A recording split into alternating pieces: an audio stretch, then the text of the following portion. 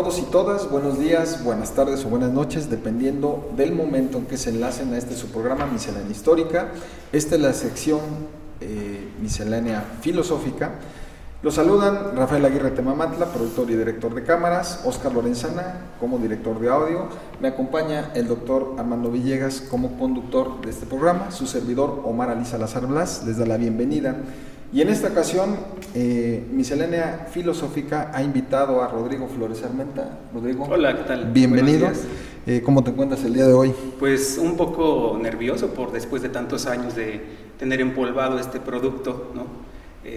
Volverlo a sacar y acordarme de todos estos conceptos que trabajé hace un antaño. Pues aquí estoy contento de participar en este espacio. Gracias por la invitación.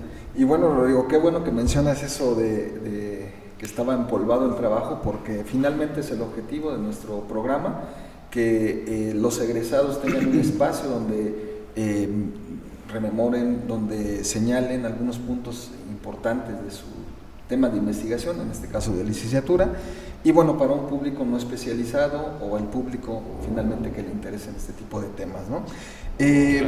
Rodrigo, estudiar filosofía en el siglo XXI como profesional, es algo que normalmente nuestros padres nos dirían, creo que te puedes ir dedicando a otra cosa, ¿no? ¿Cómo entra Rodrigo a la Facultad de Humanidades? ¿Por qué se decide por filosofía? Mira, pues en aquel entonces, te estoy hablando del 2002, hice examen por primera vez aquí en la universidad, pero para letras.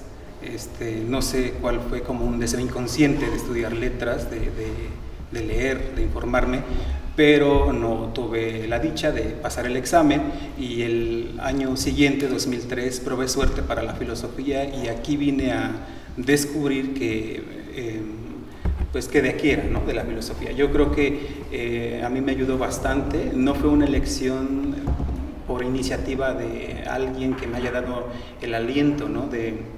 Oye, estudia filosofía porque se te abren las puertas para esto, para aquello, sino que se me llamó la atención el concepto, los autores sobre todo, las letras, el poder redactar, ¿no? Formar un estilo. Y yo no tenía ninguno, por supuesto, como todo estudiante incipiente de la filosofía, pero agradezco bastante la empresa filosófica que me formó, porque pude crear un estilo en redacción, una red semántica con los doctores, ¿no? Y a mí me dio una apertura bastante amplia de poderme comunicar, informarme con otras áreas del saber de las humanidades y no de las humanidades, ¿no? Entonces, fue como deseo inconsciente, ¿no? De estudiar filosofía. Dije, se oye interesante, pues vamos a probar. Y en el 2003 fue cuando yo ingresé a esta facultad, bueno, ya extinta entonces, y soy generación 2003-2007, hasta el 2009 vine a titularme por la tesis que tienen aquí, de la cual vamos a trabajar un poco. Fíjate qué curioso, normalmente tenemos ideas preconcebidas de lo que es esta profesión, pero lo que normalmente no tenemos es una orientación vocacional en las prepas, que nos vaya definiendo no solo lo que vamos a hacer, sino también que nos acerque, que nos dé una idea de que estudiar tal o cual profesión pues tiene sus características, ¿no? ¿Qué es lo que te encuentras tú en una facultad de humanidades que llevaba pues, pocos años de nacer respecto a lo que es esta profesión? Bueno, pues para empezar yo creo que en ese entonces era un nivel de exigencia para mí bastante, como muy ortodoxo, ¿no? Con la ortografía, con la redacción, con la cita, cosas que no conocía. Entonces vine a devorar libros, vine a conocer autores densos, pesados, y era un nivel de exigencia como lo sigue siendo seguramente, porque pues aquí tengo algunos compañeros que siguen laborando y destacándose por este nivel de profesionalismo, ¿no? Que se destacan. Entonces en aquel momento era una exigencia, era un nivel muy bueno y para uno fue un reto, ¿no? Aprender a leer, aprender a interpretar autores, a contextualizarlos. A mí me dijeron alguna persona que un filósofo, un licenciado en filosofía tenía que desarrollar 3-4 habilidades, competencias, que es pues, conceptualizar, argumentar, problematizar, que está ligado a la argumentación, pero también redactar, ¿no? Entonces, esas las vine a, pues, yo creo que más o menos desarrollar, ¿no? Y ya tiene tiempo que no doy clases de filosofía, que no la pongo en praxis, porque no estoy frente a grupo con filosofía, estoy en otra área, pero no deja de aflorar, como dice el psicoanálisis, ¿no? De aflorar el discurso filosófico en nuestras charlas o nuestras clases, ¿no? Con otras áreas del saber, ¿no? Entonces ahí está presente siempre. En esos 4 años de formación creo que todavía te tocó el tronco común. Sí, ¿o claro, un año, claro, o claro, algo? pero estábamos en el momento de transición en el que antes eran 2 y nosotros pasamos a 1. Y en ese 1 se nos dio un panorama, ¿no? De un abanico amplio de pues la historia, las letras, la filosofía y la antropología. Entonces, a mí me gustó bastante esta formación inicial propedéutica, porque también pues, le debemos mucho a la historia, le debemos mucho a la literatura, ¿no? Le debemos mucho a la antropología, a nuestras culturas. Entonces es bueno tener esa formación inicial y ya el tercer semestre o el segundo año pues empezamos de lleno con pues, las materias propiamente filosóficas, ¿no? Entonces sí es bueno que tengamos esa formación, yo lo veo así porque tenemos que saber qué onda con el discurso literario, qué onda con las formas discursivas, qué onda con los grupos étnicos, ¿no? La otredad y los procesos históricos. Entonces no, la filosofía no tendría por qué estar divorciada de estos saberes. ¿En dónde se da cuenta Rodrigo que se está convirtiendo en un filósofo? Híjole, pues no sé, yo creo que ya fue como en la etapa final, porque como digo, al principio, en la etapa propedéutica, uno duda a veces, ¿no? Realmente quiero estar aquí cuando tenemos, no sé, cursos, o teníamos cursos de lógica, cálculo de enunciados, de predicados, era como, de veras quiero filosofía, porque era como muy ortodoxo el asunto, ¿no? Pero ya fue creo que en la etapa final cuando, pues gracias a comentarios muy atinados del director de tesis, de los que nos dieron clases en la formación, dicen es que tú ya eres otro, ¿no? No solamente a mí, a mis compañeros, ya son otros, ¿no? Sus palabras, sus conceptos, sus ideas han ido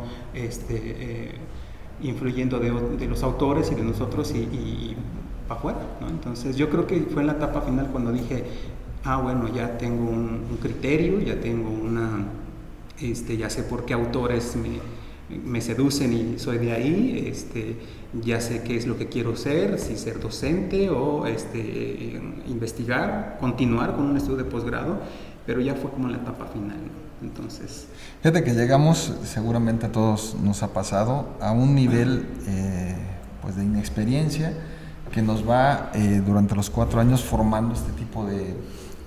vamos a decirlo, lenguaje, la forma en cómo comprendemos una serie de factores, ya sea históricos, filosóficos, pero cuando nos enfrentamos a un trabajo, en el caso tuyo que es de docente, pues tenemos que volver a girar el cassette y ahora aterrizar esos conceptos pues para un público que no es especializado, claro, que precisamente está en esa formación, ya sea media básica o básica, y donde al no tener una didáctica en la Facultad de Humanidades o una serie de materias, nos dificulta. Sí. ¿Tú cómo lo viviste?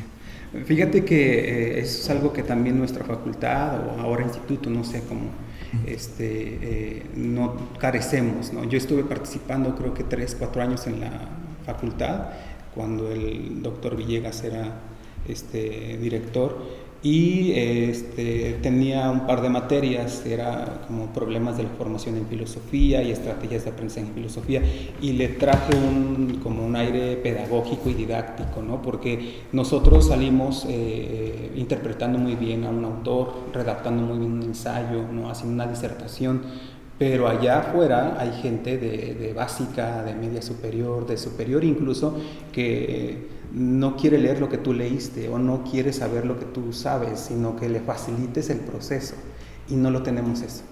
Entonces, cuando yo estudié la maestría en educación, en docencia, dejé de autonombrarme licenciado en filosofía y ahora me autonombro como docente, como un facilitador del saber filosófico, ¿no? Y de otros saberes que a veces no soy pero trato de facilitarlos siempre. Entonces, vine y traje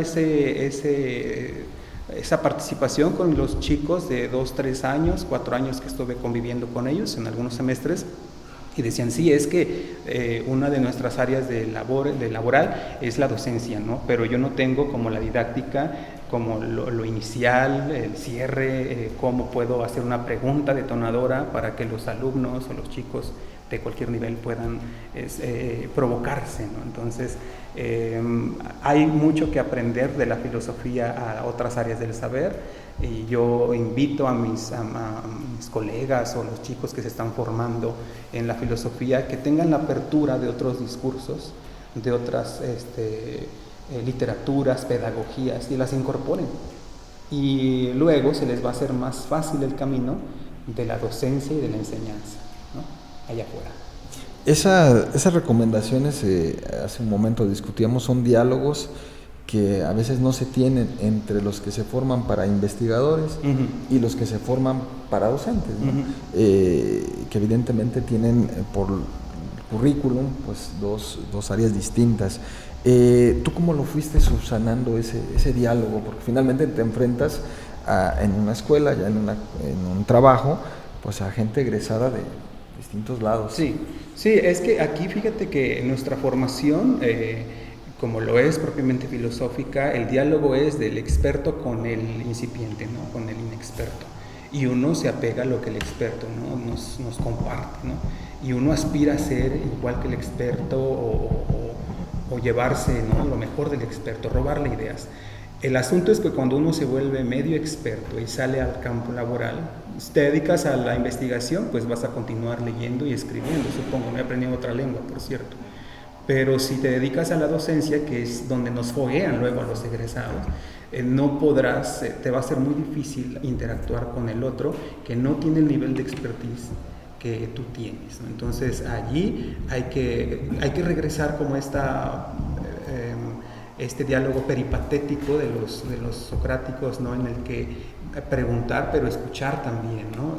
Por muy inmaduro que esté el pensamiento de aquel, es muy válido incorporarlo, ¿no? Entonces también tener un poco de humildad, ¿no? Para interactuar con el otro, que puede ser un pequeñito de primaria, un preadolescente de secundaria, un adolescente de preparatoria que igual se siente adulto pero no lo es. Entonces, ahí es donde uno debe de facilitar el diálogo, ¿no? Filosófico, considerando que no hay una expertise de aquel lado, ¿no? Tratar de facilitar los procesos, no empeorarlo, porque si no también uno se vuelve pone uno barreras, ¿no? Y pone uno temores en el otro de que, pues, ¿para qué estudiar filosofía si nomás no se dejan, ¿no? Es como la Torre de Marfil, que están allá arriba pero no bajan tantito. Entonces yo creo que hay que tener un poco de humildad y aprender de otras voces que están allá abajo. En tu experiencia como docente, dices ahora ya no de filosofía, pero lo tuviste, ¿cuáles son los temas que llaman la atención a estas generaciones que parecería no se interesan en temas históricos, filosóficos, o bueno, en general de las humanidades?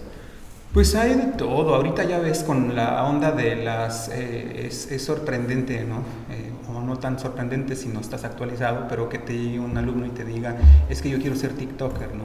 O quiero ser influencer, o quiero ser YouTuber. Qué padre, ¿no? Pero ¿qué ganas con? Pero ¿por qué? ¿No? Entonces ahí viene como el conflicto. Pues porque quiero ser famoso, porque me quiero maquillar frente a cámaras, o porque quiero que me compartan en muchas historias, y ¿te haría pleno eso? Entonces empieza uno con la típica pregunta, ¿no? ¿Por qué? ¿Y qué quieres decir con esto o aquello?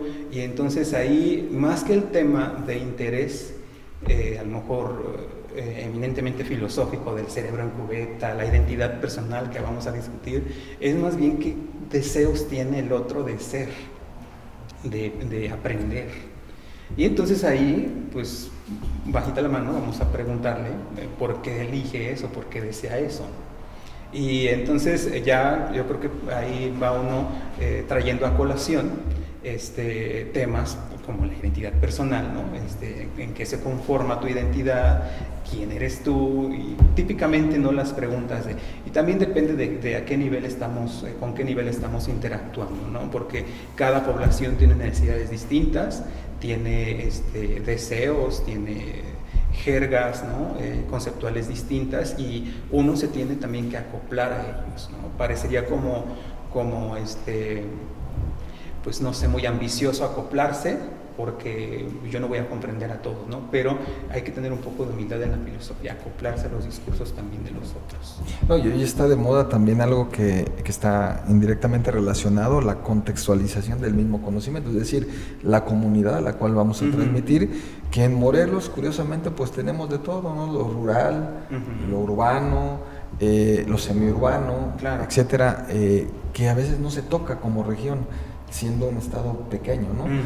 Por lo que sé, tú has estado en 2 regiones distintas, dando clases, o varias regiones. ¿Qué hace uno como docente, en este caso como filósofo, para incluir ese tipo de contextos, ese tipo de características de la población? Pues fíjate, es bien... te enfrentas a realidades muy tristes, ¿no? De pronto, bueno, saliendo de aquí, me voy a Villa de Ayala, por ejemplo, y encuentras a jovencitos que tienen muchísimas carencias y que necesitan de alguien que le dé una palabra, un concepto, ¿no? Recuerdo muy bien de un joven que me dijo, es que ya decidí estudiar algo, ya platiqué con mi mamá y sí voy a terminar mis estudios porque quiero hacer algo en la vida. Y dije, pues es que tú ya eres algo en la vida, ¿no? Eres un joven, eres un adolescente con muchos deseos, ¿no? Pero caen en este cliché de que si no tengo profesión no soy nada. No, eres un buen campesino, eres un buen jornalero, eres una buena mujer, un buen hombre. Entonces, hay estas poblaciones recónditas, ¿no? De por allá, muy rurales, tienen muchas carencias, y nosotros creo que tenemos un deber muy grande. De sensibilizar con un concepto, con una palabra, para que ellos se reconozcan, ¿no? se quieran como son y también tengan deseos o aspiraciones, ¿no? Pues no sé, amar el medio ambiente, amar a los suyos, ¿no? Amar lo que hacen, su escuela, estar con ellos. Y por otro lado, en el sector urbano, ¿no? En lo privado, pues también hay gente que igual tiene claro lo que quiere, pero que tiene más contacto con la red social, con la cultura digital, y pues también, por ejemplo, que salgan y digan, es que quiero ser influencer o quiero ser tiktoker, sí, pero ¿por qué? Y entonces igual puede la filosofía aclararles que no quería ser tiktoker porque acabas de descubrir que igual te va a perjudicar, ¿no? Tu persona. Entonces allí la filosofía ayudó a aclarar una duda, ¿no? en el alumno, a lo mejor que está más urbanizado, más de cultura digital, y también se siente padre, ¿no? Poder participar en que haya tomado una decisión mejor, tal vez, ¿no? Entonces también hay muchas carencias, y allí el docente en la filosofía tiene una labor sociopolitizadora, ¿no? Con ellos, de sensibilizarlos, ¿no? Con los problemas que hay.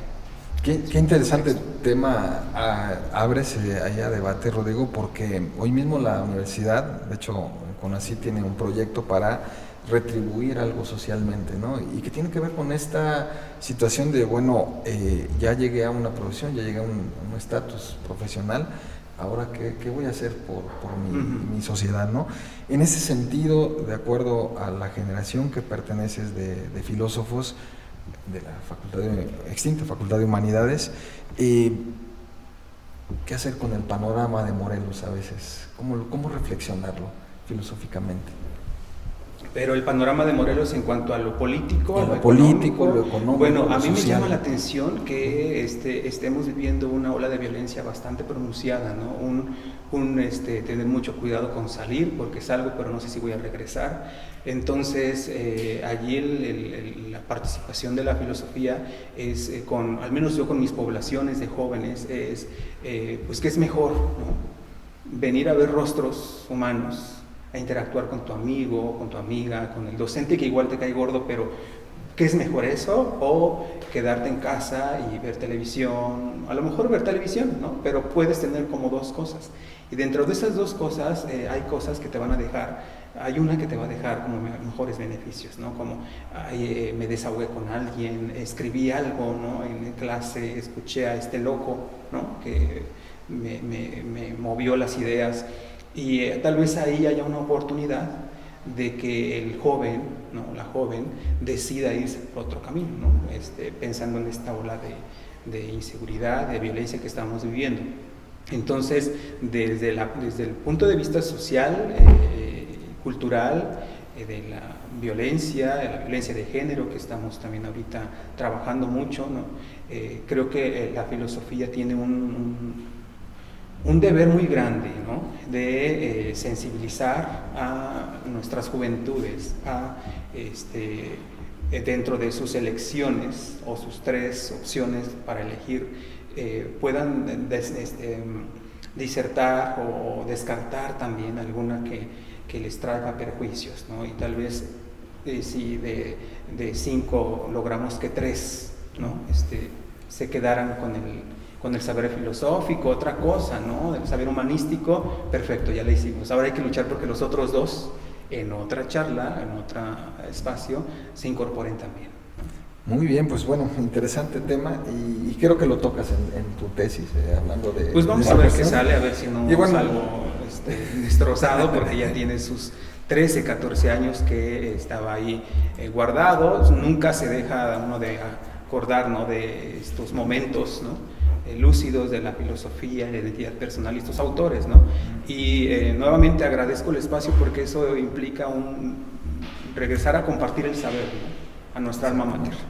Y bueno, pues le recordamos, haciendo un paréntesis, que Miscelánea Histórica es un proyecto que tiene la intención de difundir diversos temas de historia, desde historia natural a la historia social, en este caso también la filosofía.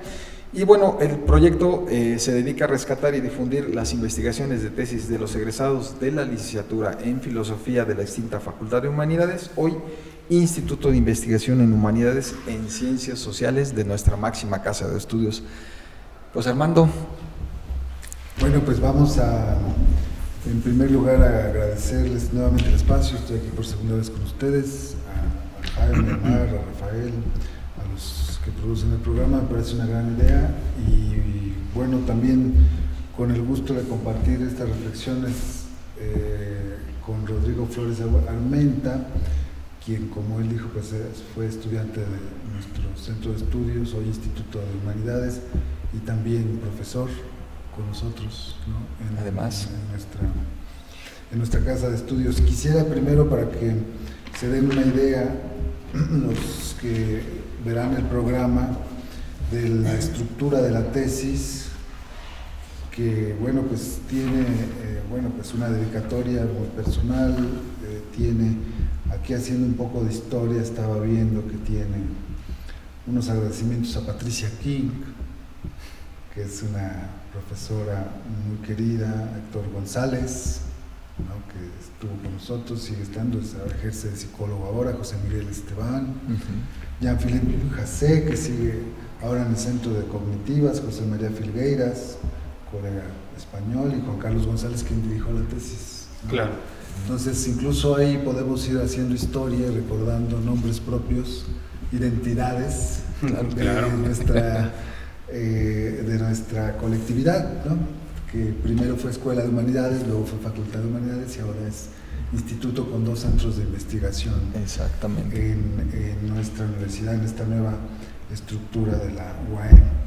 Bueno, pues la tesis se llama, para también contextualizar al público, se llama La identidad personal en Locke, John Locke, un filósofo del siglo XVII, Leibniz, también un filósofo inglés del siglo XVII europeo, David Hume, también inglés y también del siglo XVII, y Arthur Schopenhauer, que es también un filósofo, pero esta vez no del del siglo XVII, sino del siglo XVIII, que escribió principalmente en Alemania. Entonces, la tesis fue presentada en nuestra extinta facultad en junio de 2019, o sea, tiene... 2009, perdón. Tiene ya 14 años de haber sido escrita, y entonces, como bien decía al principio Rodrigo, bueno, pues vamos a desempolvar para compartir y para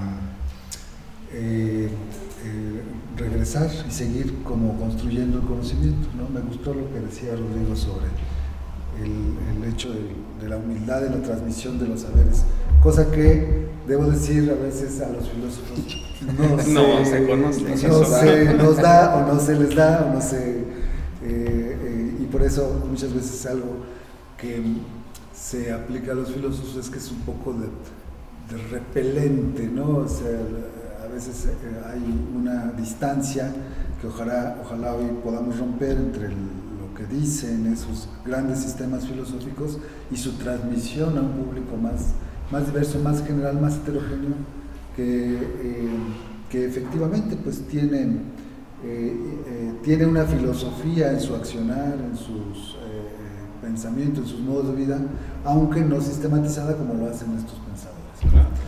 Entonces, el primer capítulo de la tesis se titula La identidad personal en Joe Block. Es una tesis un poco, digamos así, temática, que va desarrollando los temas de cada uno de los pensadores que se estudian.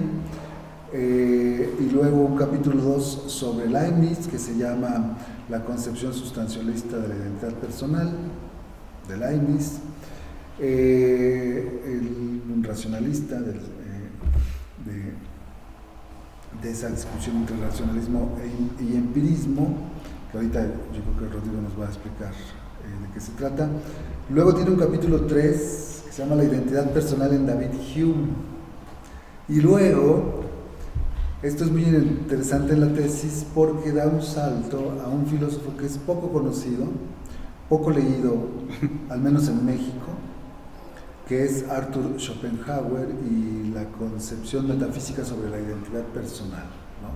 Entonces, lo primero que quisiera preguntarle a Rodrigo es, así en esta lógica de la didáctica, de la filosofía, que él era encargado de dar esa materia con nosotros, si alguien, un estudiante de preparatoria, por ejemplo, viniera y te dijera, profesor Rodrigo, dígame qué escribió usted en su tesis.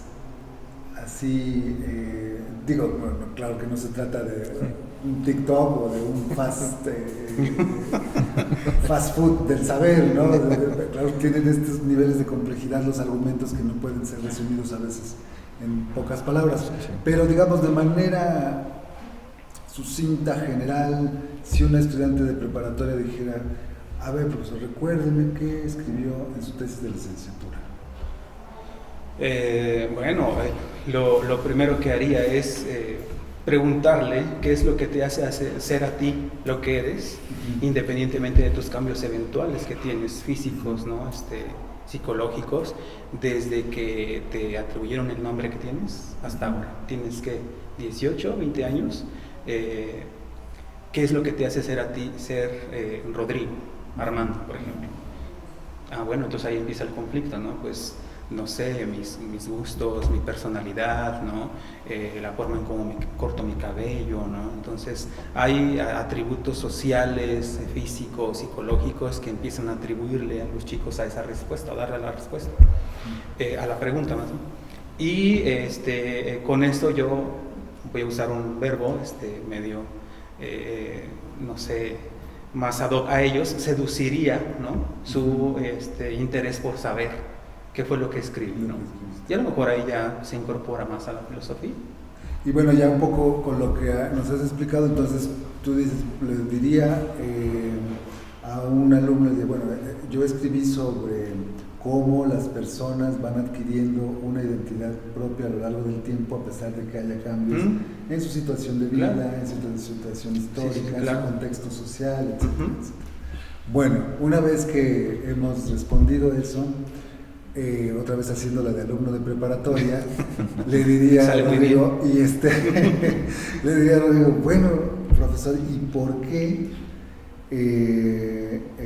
estos autores que usted escogió? Porque vi su tesis, profesor, y vi por ahí empolvada, y entonces le dije, bueno, pues, ¿por qué John Locke, por qué Leibniz, por qué Hume y por qué Schopenhauer? Ya cuando ya no sea el alumno de preparatoria, voy a preguntar algo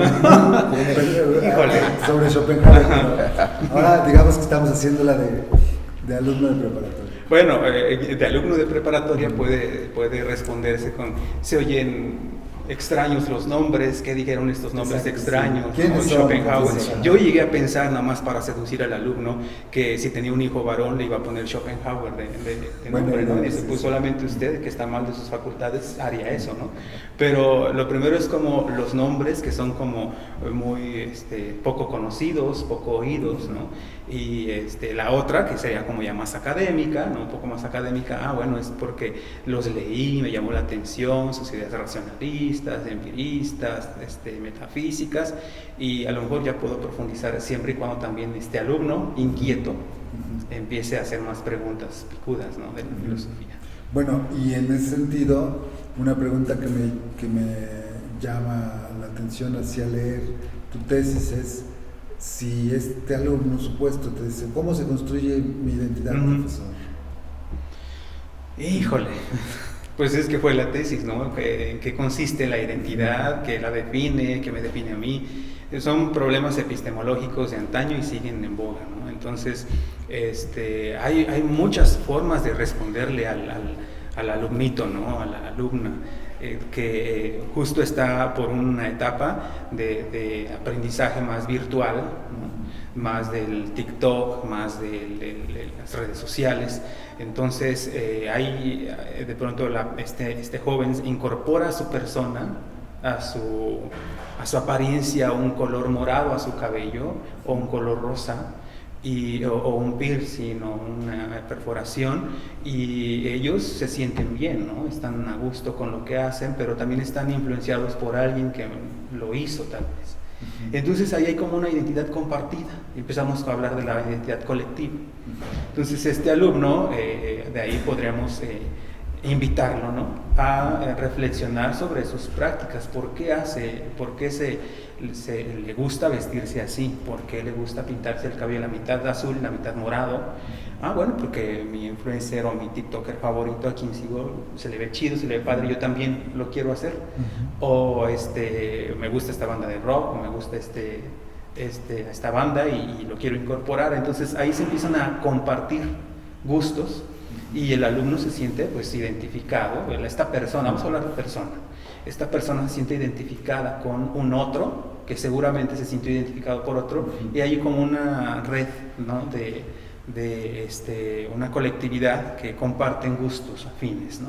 Y a lo mejor ahí podríamos hablar ya de un origen de una comunidad, de una sociedad, ¿no? Pero es justo lo que esté atravesando la persona, el alumno en ese momento, ¿no? ¿Cuáles son sus gustos musicales? ¿Quién es su influencer favorito? ¿A quién sigue? ¿A quién le da like? Y es porque ahí se siente tal vez reconocido ¿no? O identificado con. Y su contexto familiar, sí, claro, y su ¿no? contexto. O sea, hay procesos de identificación, claro. Y en ese sentido, aquí hay una pregunta que nos mandó el doctor Jaime, que me parece muy acertada, y es una pequeña reflexión que dice el doctor, dice, bueno, pues hay muchos pensadores que han sido influenciados en los hombros de otros pensadores que los antecedieron.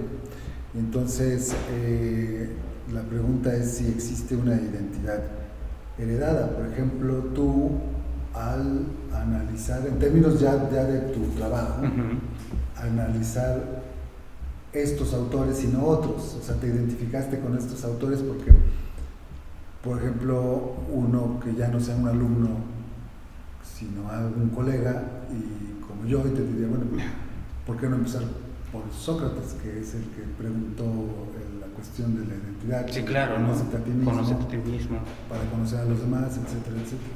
Entonces, en ese sentido son dos preguntas. Una es muy, digamos, en términos de tu trabajo, ¿sí? Y en términos de lo que nos has dicho sobre la identificación, ¿sí?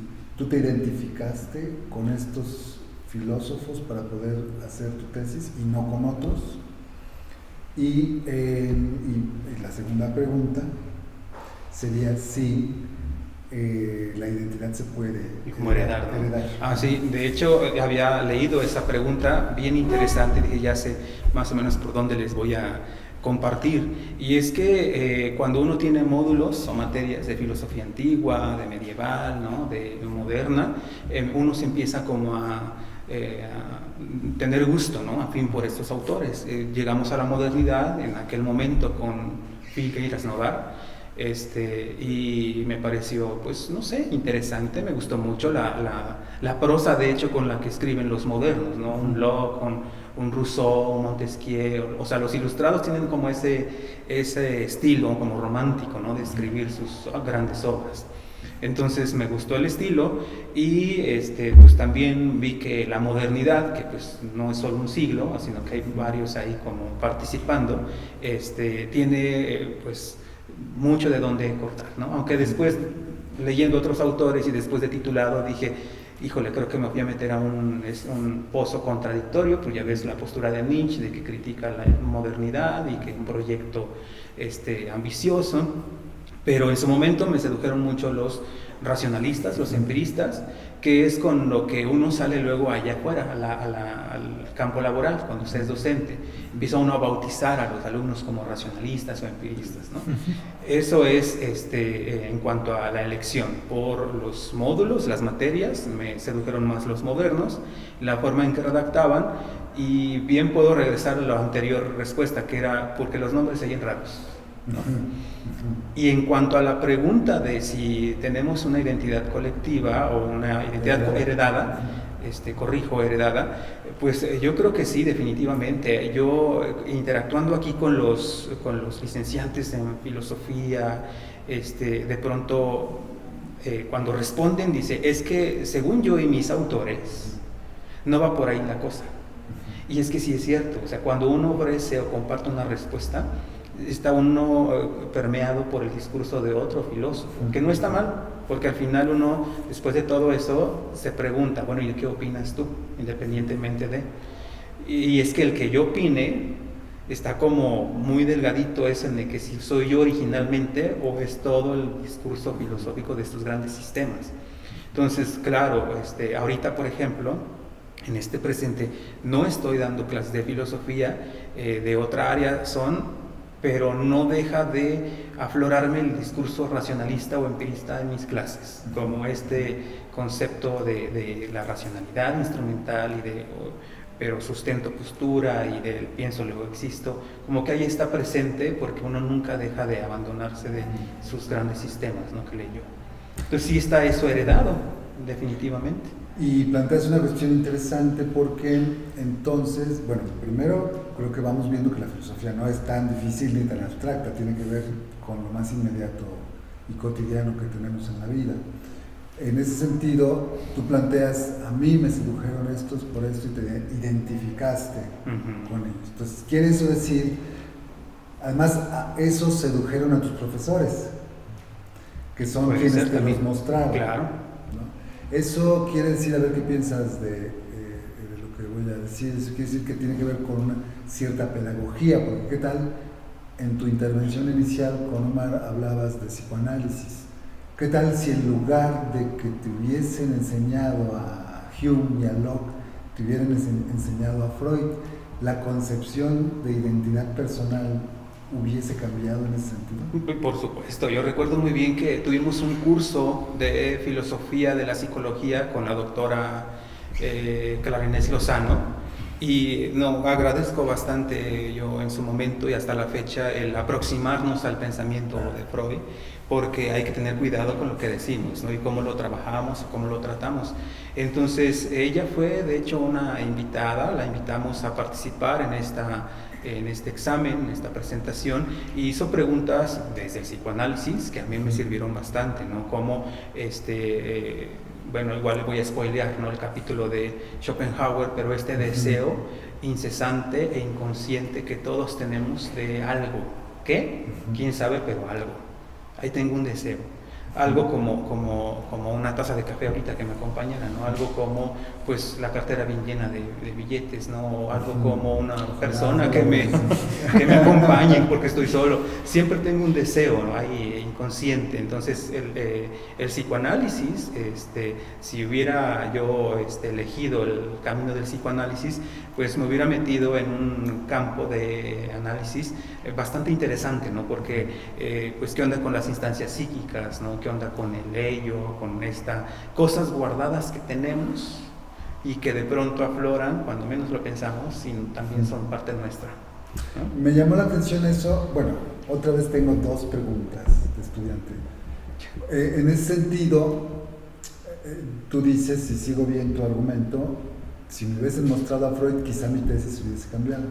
¿Es así? Puede ser, sí. Antes, ¿no? Y ya fue hasta el examen profesional que tú, digamos, te diste cuenta de que podías ir por otro camino. Claro. Pero fue así. Entonces ahí hay una circunstancia histórica que te determina, Sí, claro, que es la propia formación incluso de tus profesores. Eso se puede extender incluso a la vida. Sí. Los valores que nos transmiten nuestros padres, los valores que nos transmiten nuestras instituciones, los valores que nos transmite la cultura, etcétera, etcétera, ¿no? Entonces, en ese sentido, las identidades personales no son, digamos, naturales. Uno no es esencialmente... Y ni tan personales. Y ni tan personales en ese sentido, ¿no? Entonces, uno no es un nombre propio cerrado, sino que siempre tiene posibilidad de transformación. Y en ese sentido, bueno, pues la filosofía, no sé qué pienses tú, estaría como diciéndolos a los estudiantes de preparatoria, mira, eres así, pero puedes ser otra cosa, ¿no? Claro. ¿O qué piensas? O puedes estudiar filosofía, pero después le estudias literatura o historia y haces un buen caldo de humanidades y te vas por la vida apreciando muchas cosas, ¿no? ¿Y qué hay aquí en tu capítulo el capítulo 1, hablas de identidad y diversidad, sobre John Locke? Y hay alguna parte entonces que me llama mucho la atención, que siempre como que la identidad tiene que ver con la conciencia. ¿Podrías explicarle a ese estudiante de preparatoria cuál es la relación entre la identidad y la conciencia? Sí, por ahí hay de hecho vienen en las preguntas que me enviaron para analizar, y era lo del famoso reduccionismo psicológico que aparece muy seguido en Locke, Berkeley, Hume de Jonathan Bennett, y en Leon Olivet, cuando hace un análisis de la identidad personal en Locke. Entonces, cuando hablan de ese reduccionismo psicológico, es que no hay de otra. Ya vimos que por el lado de la anatomía, lo orgánico, lo social, se van perdiendo cosas, se van dejando en el pasado, ¿no? No hay de otra. Nos quedamos con las facultades cognitivas, con esta psique, con nuestras facultades reflexivas, a donde vamos a depositar toda nuestra confianza de que ahí está la identidad, el chip de la persona, ¿no? Y si algo ocurre en Rodrigo, dícese de un accidente, dícese de un evento, ¿no?, catastrófico, y pierde gran parte de su organismo, de su anatomía, pero su chip queda intacto, lo podemos salvar. Y entonces vamos a lo mejor hablando ya, porque tuve que leer también algunos artículos como de ciencia ficción, ¿no? Vamos a trasladarlo a otra masa orgánica, y va a sobrevivir Rodrigo. ¿Por qué? Porque en estas facultades, ¿no?, en esta facultad de razonamiento, en la mente, que también es todo un pozo oscuro, ¿no? No se ha definido bien qué es la mente y dónde está. Pero allí es donde tenemos nuestra identidad, ¿no? En estas facultades. Si algo le pasa a ellas, si algo se atrofia, ya valió Rodrigo, ya valió Armando, cualquier persona, ¿no? Hay que cuidarla mucho, hay que leer mucho, dirían algunos, ¿no? Ejercitarla para que se mantenga lúcida. Y entonces esto me lleva a un cuestionario bellísimo que aplico en todos mis niveles educativos, que es el famoso cuestionario Marcel-Proust, de 30 preguntas, donde hay una que dice, ¿cuál sería su mayor desgracia? Y hay respuestas bastante interesantes, todas son muy válidas, son muy interesantes, y cuando llegan a mí, dice, ¿y usted, profesor, cuál sería su mayor desgracia? Y regreso a lo que investigué o a lo que leí, ¿no? Que es mi mayor desgracia sería perder mis memorias. O sea, si yo pierdo mis memorias, el chip, tu memoria, mis memorias, pues ya valió. ¿Cómo conecto eso con mi infancia? ¿Cómo conecto eso con mis niñas? Tengo 2 niñas, 2 hijas, ¿no? ¿Cómo hago esa conexión con el otro? De acordarme quiénes son, de acordarme en sus procesos, de participar en sus procesos históricos, no podría, eso sería mi mayor desgracia. Oye, ¿y eso se aplicaría también para las colectividades? Es decir, ¿a las sociedades también les interesaría siempre recuperar o estar pendientes de la memoria? De su pues memoria es que, para construirse. Fíjate, si todo inició con alguien que quiso compartir algo, y luego se hizo dual, y luego se hizo en 3, y luego en grupos grandes, y al momento de compartirlo inicialmente estuvieron muy de acuerdo, están satisfechos, muy gustosos con lo que se compartió. Yo creo que también esas colectividades tienen temor de que se vayan perdiendo estas identidades, ¿no? Estas consensos colectivos, que pueden ser gastronómicos, pueden ser sociales, culturales, pueden ser filosóficos, conceptuales, y hay mucho temor de que se lleguen a perder. Y entonces hay un integrante de esta colectividad que le echa muchas ganas para que no se vaya a perder, ¿no? Como hacer esta charla, por ejemplo, ¿no? De compartir el saber, porque si no la hago, bueno, ¿con quién voy a platicar? ¿No? Con la naturaleza, a lo mejor estaría padre, pero no me va a responder. Bueno, y el programa que están haciendo los historiadores ahora mismo, esto es como un ejercicio de memoria, ¿no? Sí. Estamos recordando lo que se escribió hace 14 años para que no se pierda, ¿no? Y finalmente, haciendo de este lenguaje que es pues especializado, algo amable. ¿Y por qué tiene que ser amable? Porque pues las palabras nos pueden llevar a crear esos vínculos, esa misma reflexión que quizás la hace la gente común. Le llamamos público no especializado a quien nos vamos a ver, en realidad puede ser especializado en muchas cosas, ¿no? Pues sí, nosotros no somos especializados en lo que el público no especializado se especializa, o sea que son cuestiones más bien relativas. Exacto. Hay otra pregunta que me gusta mucho, que parte de tu tesis, que es la relación entre la memoria, la imaginación y la identidad personal. Esos son, digamos, tópicos de Hume, ¿no?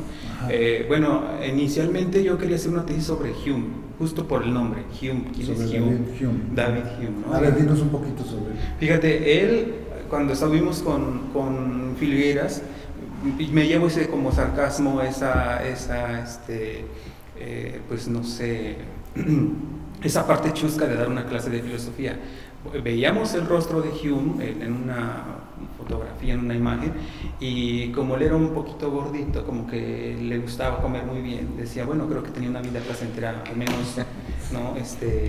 Gastronómicamente, ¿no? Y todo. Y pues este señor me llamó la atención, dije, bueno, no tiene que decir algo, ¿no? Entonces, Hume en un principio había elegido el fenómeno de la causalidad y la continuidad, ¿no? En los fenómenos, pero pues siempre con la expertise de nuestros doctores investigadores dicen, a ver, no hay pies ni cabeza, yo no entiendo hacia dónde, entonces mejor llévate este libro. En aquel entonces me dijo el doctor González que era, creo que Fuentes del Yo, de Charles Taylor, y en las fuentes del yo, y allí afiné quedarme con Hume, sí, pero ahora con la identidad personal, porque era como también más un tema que puede estar en boga, que se puede aterrizar con nuestras generaciones, en ese momento del 2009, ahora del 2023, ¿no? Que son gente que igual se puede cuestionar, ¿qué soy yo, no? ¿Qué me hace ser a mí mismo, a pesar de que ya tuve una cirugía y perdí una extremidad? Entonces, Hume, pues algo de su juventud que se dice en los libros, en el estudio introductorio de el Tratado de la Naturaleza Humana, que está editado por Tecnos, es que muy joven vivió como muy desquiciado y amargado de que no tenía éxito en las literaturas, no publicaba algo y no se vendía, publicaba algo y si se vendía no se entendía, hasta que después llegó Kant y pues, dicen que lo hizo polvo, ¿no? Pero muy joven tenía como esta inquietud de publicar y de escribir, de ser conocido, Y allí en este pensamiento, en estas ideas de Hume, encontré un tema que era la identidad personal y cómo apostaba también él por la memoria y la imaginación como fuentes de nuestra identidad, pero aguas con las fuentes también de la identidad, porque él, al ser un empirista, y al reducir todo reducirlo todo a la imaginación y a la memoria como fuentes pues puede caer en un problema epistémico bien grande, ¿no? Porque ¿qué pasa cuando esa memoria o esa imaginación ya no tienen autor o productor o ya no tienen algún responsable que lo soporte? Pues se van, mueren o se extinguen.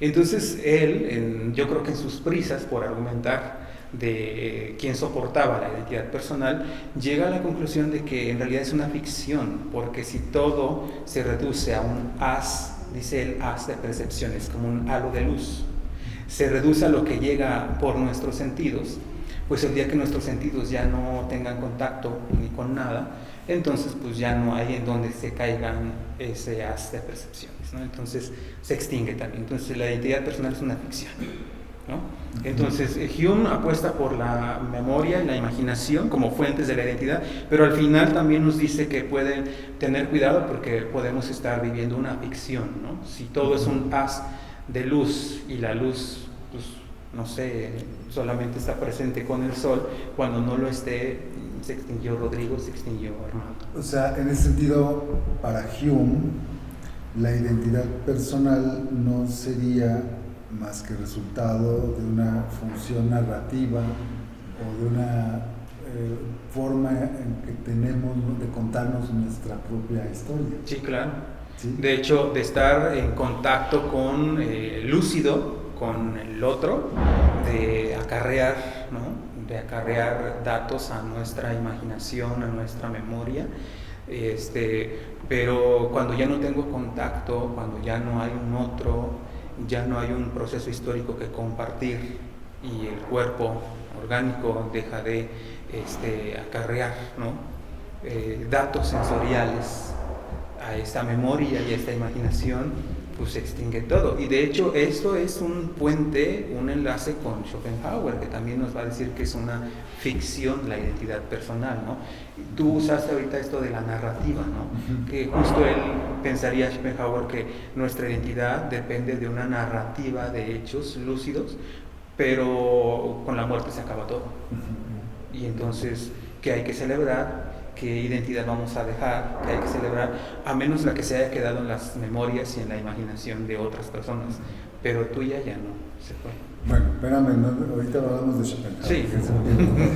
Entonces tenemos a Locke, del cual no hemos casi hablado, tenemos a Hume, que son empiristas. Claro. Y luego veo, así para nuestro público, que introdujiste a Leibniz. ¿Cuál es la diferencia? Porque dijiste que Hume era empirista. Claro. Y según entiendo, Leibniz es racionalista. ¿Cuál sería la diferencia entre estos dos? Bueno, en relación a tu problemática, a tu tema. Sí, en realidad se dice que hay dos bandos, no hay muchos bandos, pero en esa modernidad hay dos grandes bandos y conforman una tríada de este lado y otra tríada de este lado, los racionalistas y los empiristas. Y por un lado tenemos de los empiristas a Locke, a Berkeley y a Hume, ¿no? Y por otro lado tenemos a Descartes, a Leibniz y a... ¿Cuál era el tercer empirista bastante importante en esa época? Ahorita que me ser racionalista. Ajá, racionalista era... Bueno, pues... Leibniz y Spinoza. Entonces era como la tríada, según las fuentes que leí. Y tienen algo en común, discuten la identidad personal de su época, pero desde las aristas racionalista y empirista. Entonces, en aquel momento, en aquel tiempo, el doctor González decía, pues podrías hacer como un diálogo entre cuatro autores de la época, un diálogo, una discusión, a ver qué sale, ¿no? Al final ya sale Rodrigo adoptando una postura tal vez, pero puedes hacer este diálogo epistémico. Y pensamos en Descartes, porque como que es el típico racionalista que aparece en los libros, ¿no?, de historia de la filosofía, pero pues también Descartes ya como que se ha trabajado mucho. Y Leibniz, el nombre está un poco extraño y luego no sale casi como Descartes, muy protagónico. Y algo que encontramos con Leibniz leyendo es que pues era como el Newton de la filosofía, que descubrió el famoso cálculo infinitesimal. No sé en qué consiste, se oye como cosa del diablo eso, ¿verdad? Pero que era un políglota y no sé qué tantas cosas. Entonces dije, pues va Leibniz. Y además tiene el problema de la identidad personal, ¿no?, desde el punto de vista metafísico. Y vamos a ponerlos a dialogar a Leibniz con Hume. Pero nos hacía falta, así como que falta otra interacción, y que nos vamos más atrás. Con Locke lo incorporamos y al menos ya teníamos estos tres autores modernos que iban a interactuar, al menos en conceptos, ¿no? Muy bien, eso es muy importante. Entonces tú intentaste hacer un diálogo entre varios autores, claro, para sí. Después te dijo tu asesor de tesis, quizá podrías tú tomar una postura propia, ¿no? Claro, sí. Estoy viendo aquí en tu bibliografía, para que dices que no se conoce Leibniz, para que quien esté interesado, tiene aquí, cita Rodrigo, un libro que se llama Discurso de Metafísica y otras obras. ¿No? Bueno, así rápidamente sobre Leibniz, que es un autor también, pienso yo, poco conocido. Él habla de mónadas. Sí. ¿Qué son? También inventó Leibniz el cuarto principio lógico, que es el de la causalidad. Sí, claro, sí. Que todo efecto tiene una causa, pero incorporada a la lógica. Claro. Pero, ¿qué es eso de las mónadas? Pues yo también tuve un conflicto en ese momento. Hasta la fecha tengo un conflicto de las mónadas. Si hay una alumna que de pronto al ver Leibniz, un nombre muy raro, dices, bueno, él hablaba de la mónada. Entonces dibújasela, proyéctasela en un pizarrón, tráesela en un muñequito o algo, y lo que hacía era como una especie de una semillita de diente de león, de esas que son como flotantes, que esa era una especie de mónada, como un peluchito, que al momento de juntarse todas esas mónadas hacían como la sustancia o el cuerpo. O sea, son como pedacitos de conciencia. De conciencia o pedacitos orgánicos. Es que hay una que es consciente y la otra no es consciente. Entonces son como pequeñas células, átomos, que al concentrarse forman cuerpos extensos. Pero hay una que reina sobre todas ellas, que es la mónada perceptiva, que es la conciencia de. Y esa ya sería, en nuestro tema de la identidad personal, la que soporta la identidad del sujeto, ¿no?, de la persona, ¿no? Entonces...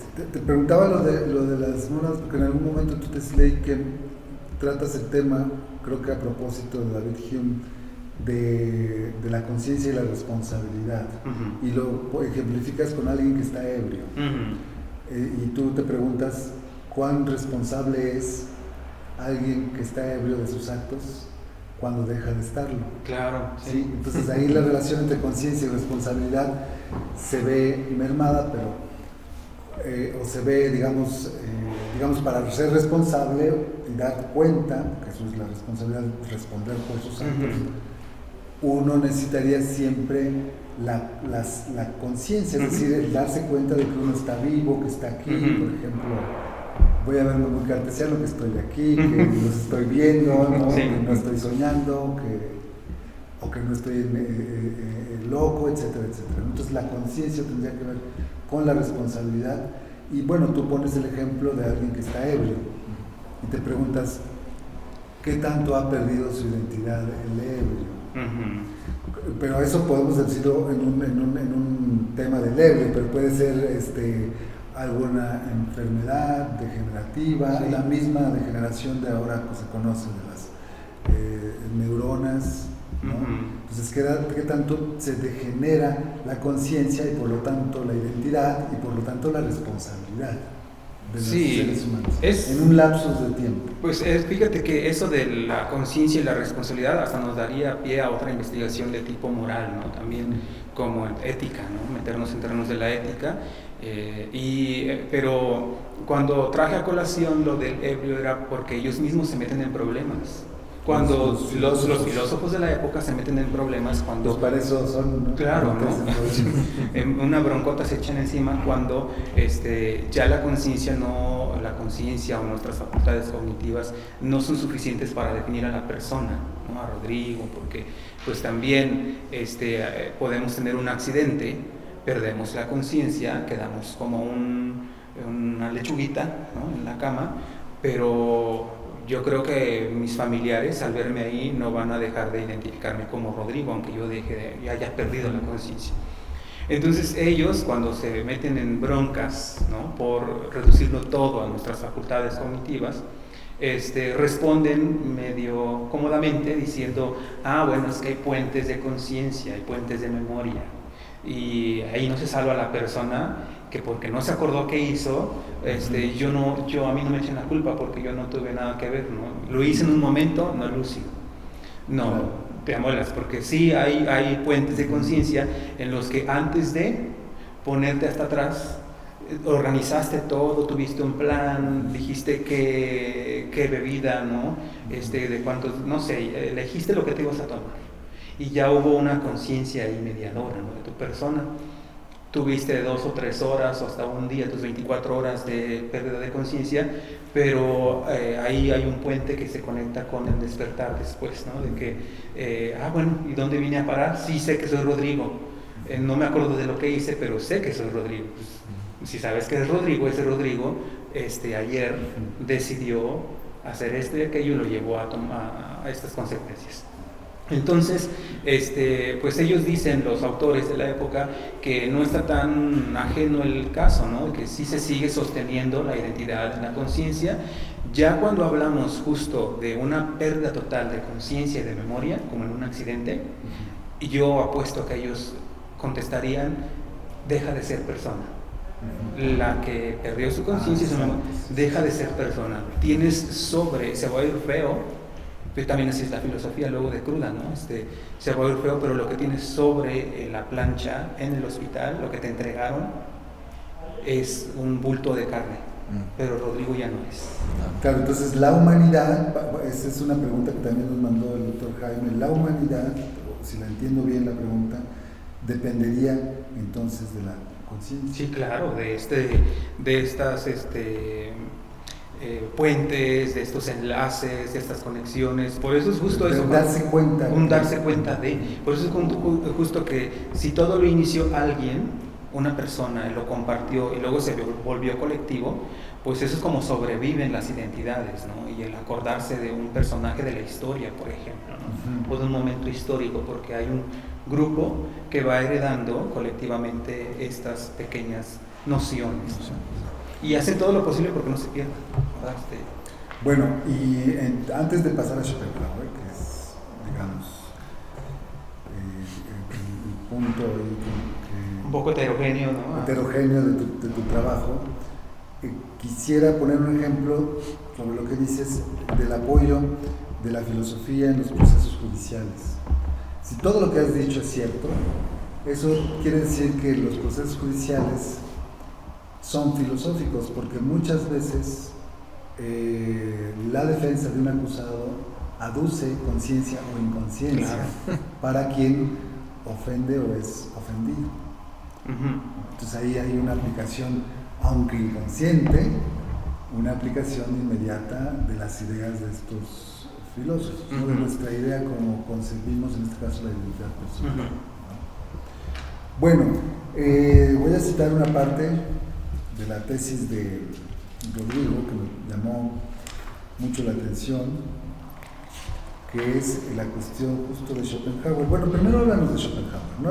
Para quien no lo conoce, Schopenhauer es ese viejito que es muy gruñón en los memes. Exacto. Se dice que él ya odiaba él ya amaba la distancia social antes de que estuviera de moda, ¿no? Ahorita del COVID, ¿no? Entonces es un filósofo pesimista, pero tú dinos quién es. No, pues Schopenhauer, como bien lo dices, ya es protagonista de memes, como Nietzsche también y Marx, ¿no? Ya son usados, ¿no? Para hacer memes, que fíjate, si el meme es un medio a través del cual podemos hacer filosofía, pues ¿cuál es el problema? No hay que hacer memes también. Claro. Entonces, Schopenhauer híjole, otro chavo, en su momento chavo, que odiaba muchas cosas, entre ellas, pues que no tuviera éxito en sus conferencias, porque al parecer creo que Hegel le quitaba todo el mandado, ¿no? Y él creo tenía una ansia voraz de tener público y de compartir cuánta contradicción había en el mundo, ¿no? Y cuando odiaba muchas cosas, ¿no? Entonces dije, pues va, a ver, creo que vamos a echarle un poco de ácido, algo heterogéneo a los autores racionalistas y empiristas, pero dice cosas interesantes, ¿no? Sobre vivir en forma ficticia nuestra identidad, ¿no? Como bien su personalidad de Schopenhauer se burla a veces de conceptos, de nociones bastante contradictorias, en este caso como la identidad personal. Un autor, pues dicen que yo no me he ido por esa parte, no la he leído muy bien, bastante misógino, ¿no? Y un autor que puede ser justificado por esta cuestión de odio y de coraje que tuvo ante sus circunstancias, ¿no? Que no le favorecieron, no tenía éxito en la literatura. Y bueno, yo fui a dar a Un mundo como voluntad y representación, del volumen 2. ¿Es un libro? Ajá, que tiene el volumen 1 y el 2, creo que es el 2 el que más me sirvió para poder analizar el concepto de identidad personal, pero él se aleja un poco de la filosofía occidental y se ve seducido y coqueteado por lo oriental, ¿no? Entonces eso también fue algo que platicábamos con el director de tesis en su momento, con el doctor González, que sería un rico traer algo de Oriente para ver cómo se puede explicar la identidad personal, ¿no? Y es justo él que usa esos conceptos como el nirvana, como el velo de Maya, que son nociones budistas orientales que explican cómo nosotros estamos en este mundo solamente sufriendo, ¿no? Presas de un deseo inconsciente que le llama voluntad, ¿no? De vivir.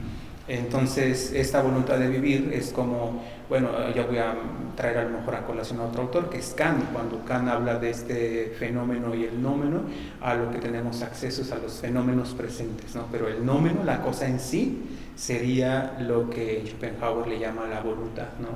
Esta voluntad de vivir. ¿Y dónde se ve manifestada la voluntad de vivir? Exacto, sí, ¿Dónde se manifiesta? Porque pues yo digo, hay esa voluntad de vivir, pues es algo ficticio, es una cuestión metafísica. Es que estamos influenciados por todos lados por la voluntad de vivir. El hecho de que yo tenga el tiempo contado y el deseo de irme o de quedarme, significa que soy presa de la voluntad de vivir, ¿no? De un ya quiero, ya tráiganme, ya sírvanme las cosas, ya entréguenme lo que a mí me corresponde, porque soy presa de ese deseo.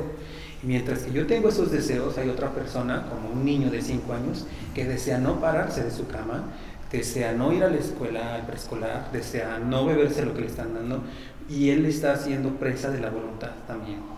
O sea, la voluntad es como una, digamos, una náusea metafísica que a todos nos compromete con la vida, digamos, en un sentido, digamos, incluso biológico, es decir, nadie podría en ese sentido atentar contra su propia vida, porque siempre quiere vivir, y me parece que decía que incluso los suicidas quieren vivir, ¿verdad? Sí. Pero aman tanto la vida pero no les gusta la vida, entonces mejor deciden no vivirla a vivir esa vida, ¿no? Fíjate, tú lo dijiste y hasta te voy a robar seguramente eso para llevármelo, ¿no? a mis contextos.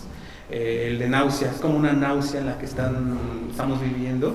Yo lo había pensado antes como una fuerza, como una energía, y esa energía que nos atrae, esta fuerza inconsciente de la que somos presa.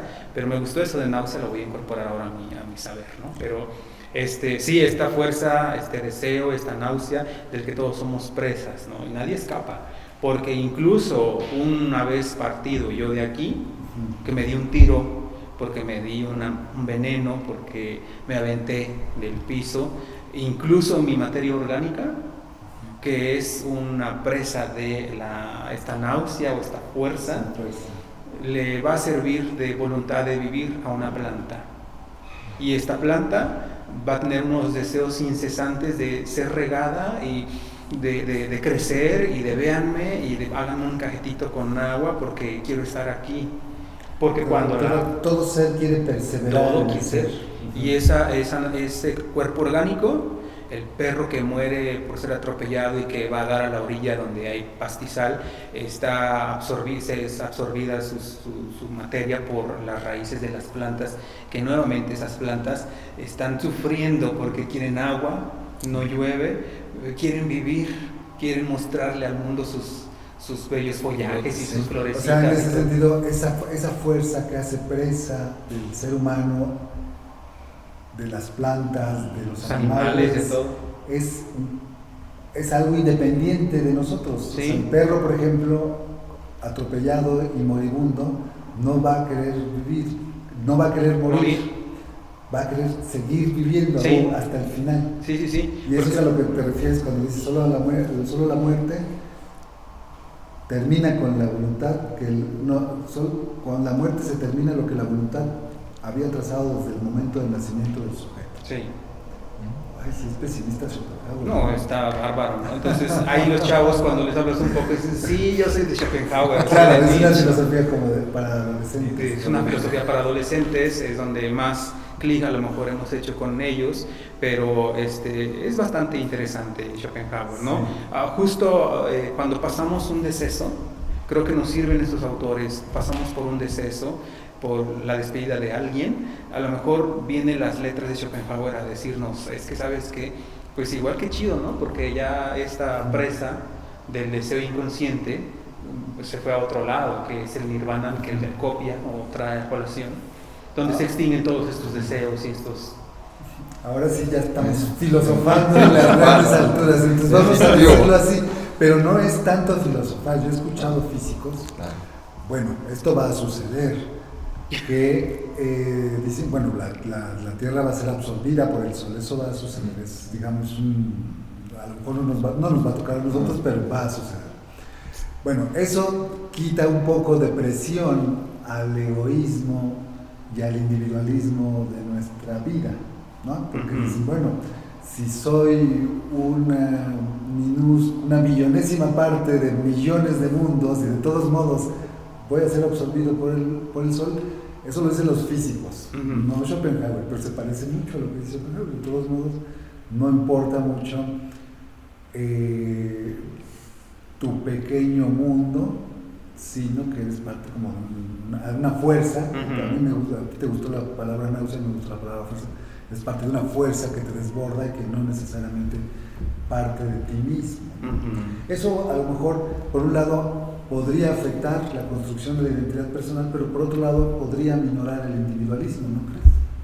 Sí, fíjate que yo quería como ilustrar con algunas películas, por ejemplo, hay una de Interestelar de Christopher Nolan en donde nos dice, bueno, es que dejas pero en otra dimensión del espacio y del tiempo está el ser, ¿no?, del otro que se fue de aquí.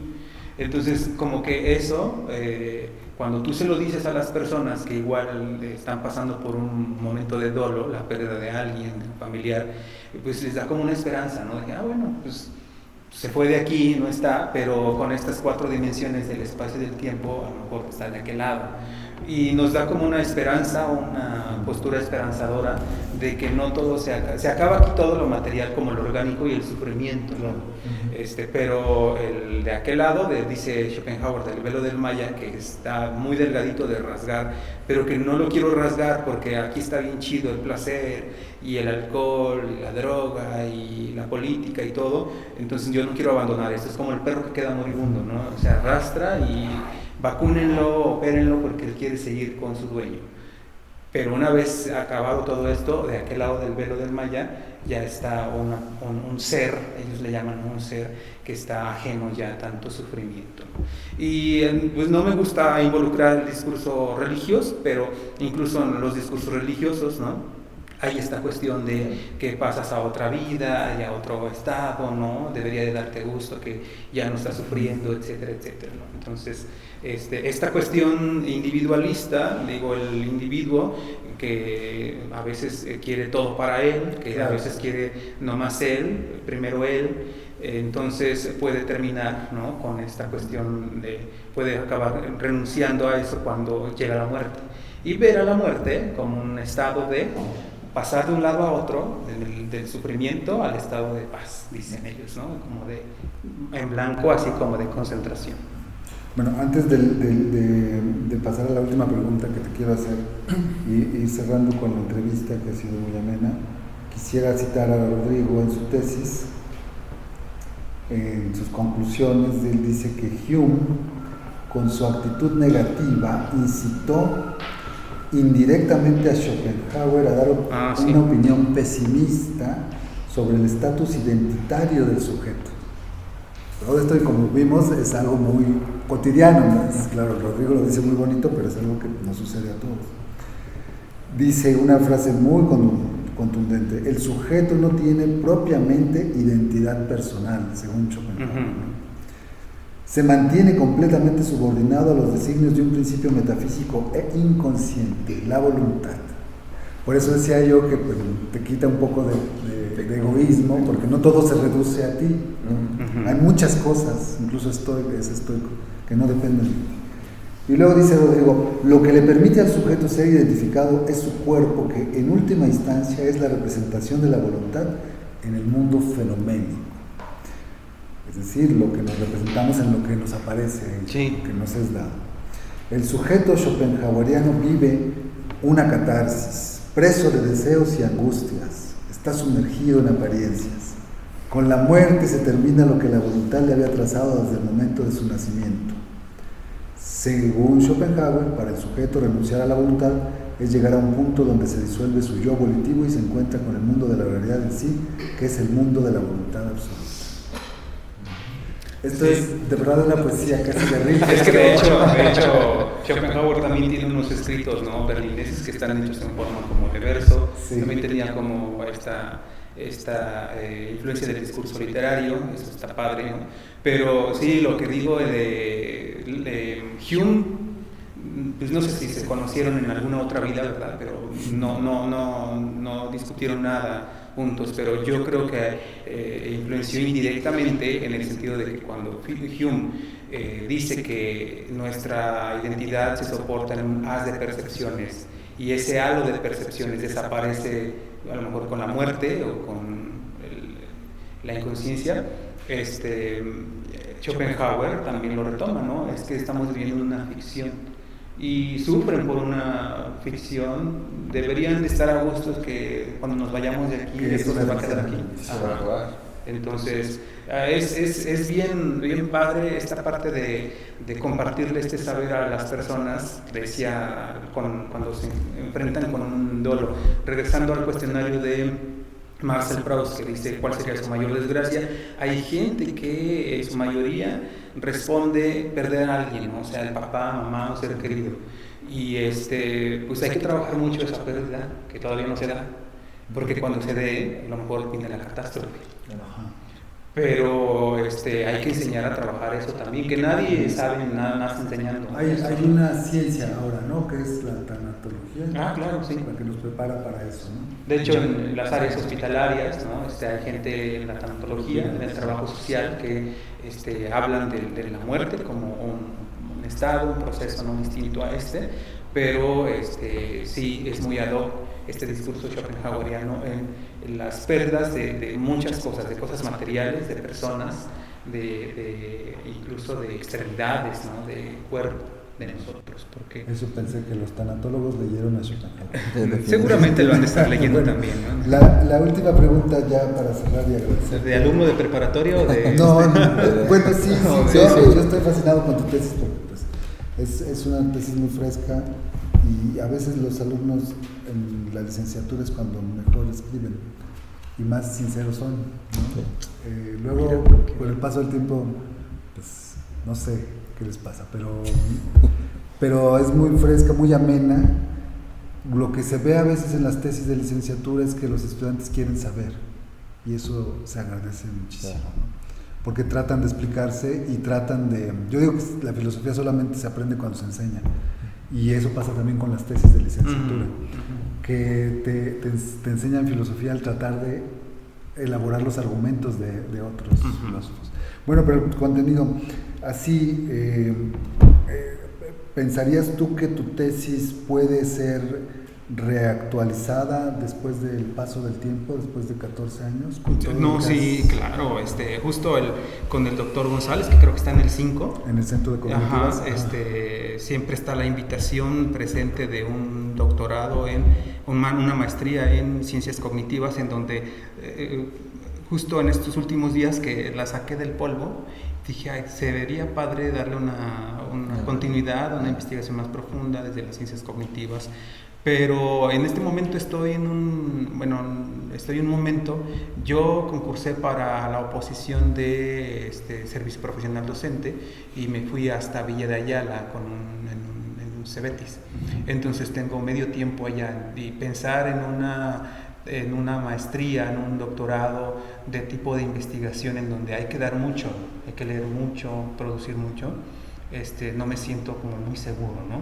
Entonces tal vez como este espacio, algún artículo, algún seminario podría darle vida, ¿no? Que se prolongue el saber, ¿no? De este trabajo que se hizo hace muchos años. Y no sé, lo que más pongo en práctica de lo que produje con el doctor hace 13 años, es el estar en contacto diariamente con estos jóvenes que tienen muchas carencias y que está presente la identidad suya, ¿no? Es que siento que no voy a ser nadie si no termino este nivel, no estudio algo. Pero como no, si eres un gran campesino, un gran agricultor que de hecho, yo debería de aprender mucho de ti porque tienes contacto con la naturaleza y la respetas más que yo, ¿no? La comprendes mejor que yo. Y eso se reconoce, ahí es donde lo he puesto como en práctica más y le he dado vida, ¿no? De una forma indirecta a lo mejor. Pero en un posgrado no me siento todavía muy a gusto, muy seguro por esta cuestión de mi presente que estoy viviendo en la docencia y que además me hace muy feliz también, ¿no? Porque los que somos egresados de acá tenemos una labor muy grande. Igual seguir en la investigación, pero si es en la docencia, como lo dice Sánchez Vázquez en Filosofía y Circunstancias, con la docencia hay que politizar, hay que sociopolitizar a los jóvenes, ¿no? Y es un buen vínculo para incorporarlos, ¿no? a las humanidades, al saber. Bueno, pues por mi parte es todo. Te agradezco, Rodrigo. Ojalá sí puedas ingresar al posgrado, si así lo decides en algún momento. Y bueno, pues nada más decirle a quienes nos ven que la tesis que se puede consultar en el repositorio de la universidad gira en torno a la pregunta fundamental de muchas filosofías, que es ¿quién soy? ¿Quién soy? ¿Qué me hace ser a mí mismo? ¿Qué me hace ser a mí mismo? Esto y no otra cosa, ¿no? Bueno, pues gracias otra vez a Omar, a Jaime, a Rodrigo, a Rafael, a todos los que intervienen en la producción de este programa, y por mi parte es todo, Omar. Gracias. Gracias, Mando. Pues Rodrigo, un gusto, la verdad, haberte escuchado con un lenguaje, la verdad, muy ameno. Yo recuerdo que en algún momento quise estudiar filosofía, después me dije, creo que esto no es lo mío, pero oírte hablar, la verdad es que a uno le recuerda esas preguntas que se hace, quizás de manera no profesional, pero que es un gusto oír respuestas que quizás en algún momento a muchos chicos de la edad que yo tuve les sirvan, ¿no? Sí, claro. Y te felicito por ello. No sé si quieres dar algún mensaje final para... No, pues mira, yo creo que las personas que nos estén escuchando y que tengan esta duda de hacia dónde o qué, pues no convencerlos de que se vengan, no somos nadie para convencer a nadie, ¿no? Sino que a invitarlos a una aproximación al saber, al discurso filosófico, que tiene bastantes aperturas, bastantes novedades, ¿no? Desde los autores clásicos aterrizados en actualidades, ¿no? Como pues redes sociales, ahorita la violencia de género, el feminismo, esto que está muy en boga, ¿no? Lo de que sale en películas, ¿no? Muy americanas, ¿no? Pero que ahí está, que quién soy yo, qué me hace ser a mí mismo. O sea, hay mucha literatura, mucha referencia virtual y física, literatura física que nos habla del tema. Entonces, pues no es un convencer, es un invitar al saber, para después estas personas poder compartirlo con otras, y de eso se trata, de compartir el saber, ¿no? Y de facilitarlo. Perfecto, Rodrigo, pues ojalá y te animes a seguir adelante en el camino de la investigación, y te deseamos que... Pues vamos a ver qué sale. Muchas gracias. Salga bien todo ello, ¿no? Sí. Bueno, a todo nuestro auditorio, muchas gracias, esperamos contar con su presencia para la próxima. Se despiden de ustedes Rafael Aguirre Temamatla, el doctor Jaime García, que hoy estuvieron de productores de esta entrevista, Óscar Lorenzana, ingeniero de sonido, doctor Armando Villegas, que nos acompañó aquí en la conducción. Omar Ali Salazar Blas se despide de ustedes, hasta la próxima.